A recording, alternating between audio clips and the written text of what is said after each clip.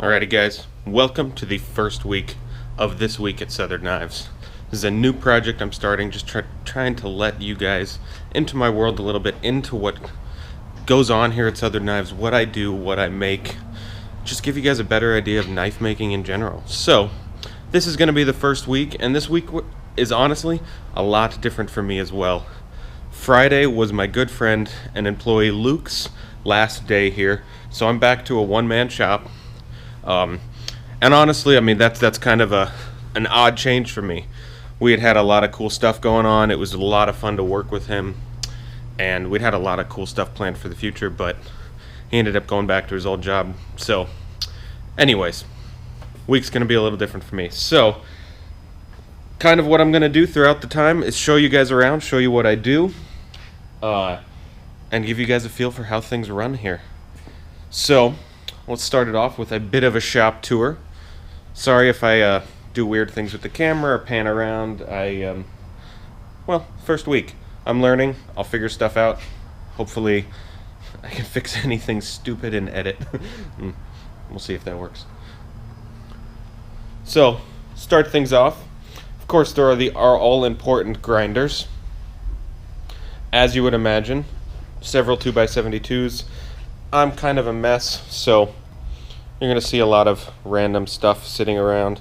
I'm not exactly the cleanest person of all time.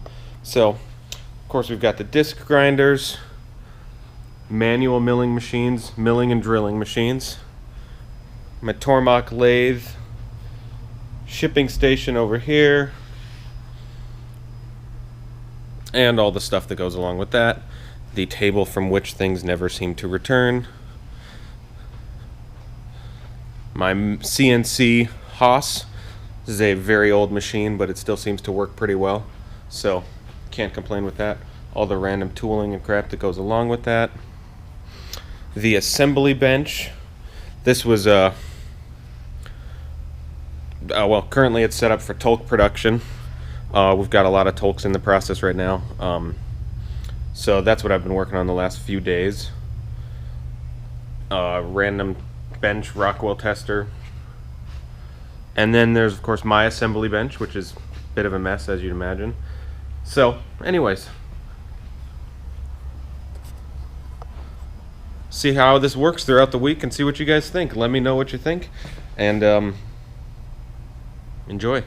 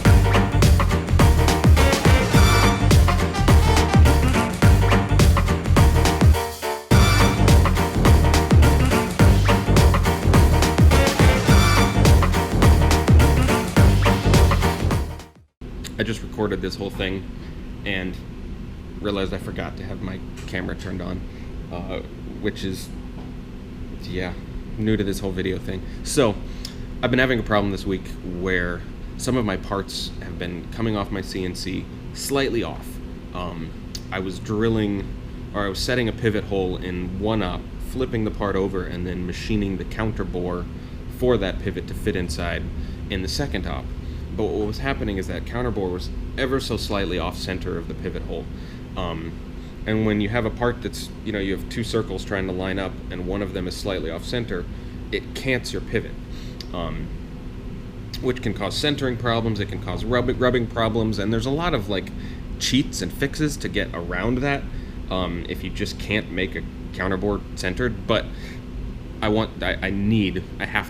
refuse to not have a centered part.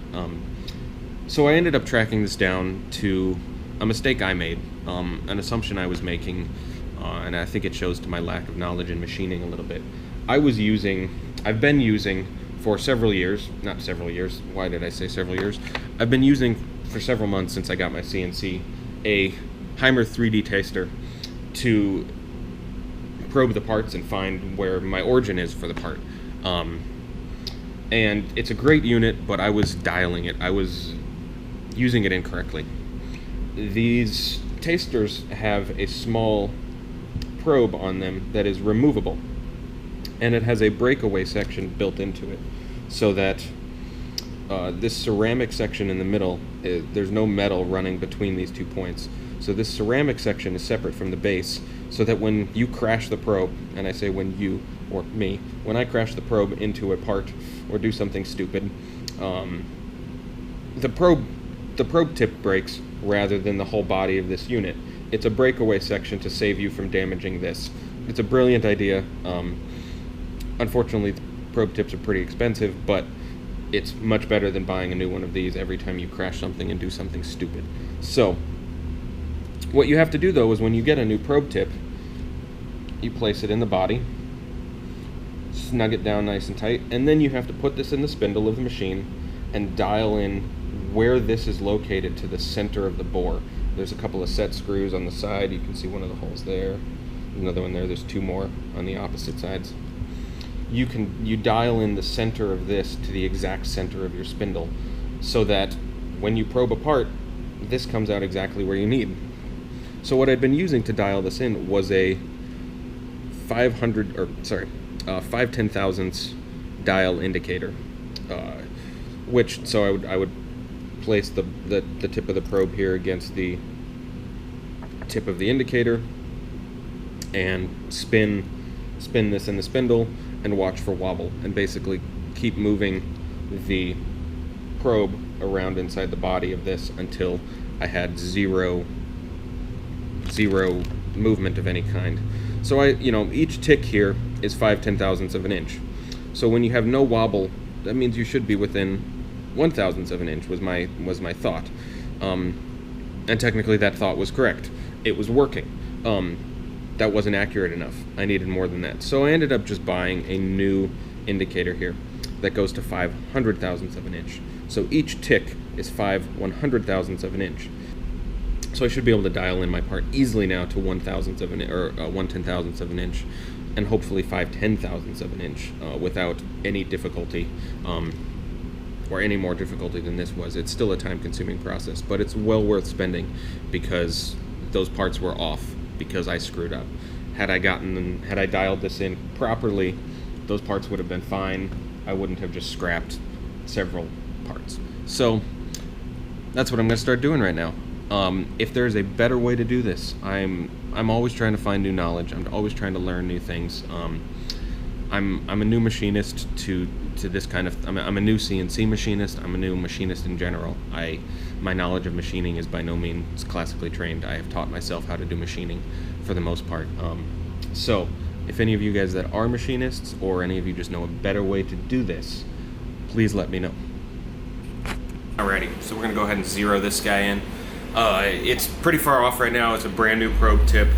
It's never been zeroed in before, so it's off by quite a lot right now. But now you can see my setup. If you guys know a better way to do this, let me know.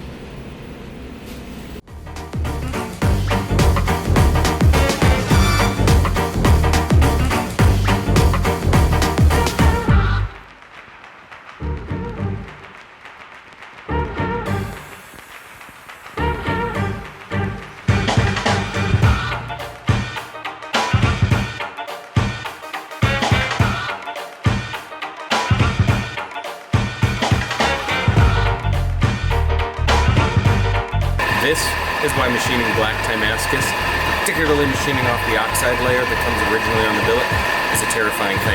It's also why you need a much cleaner workstation than I'm currently machining in.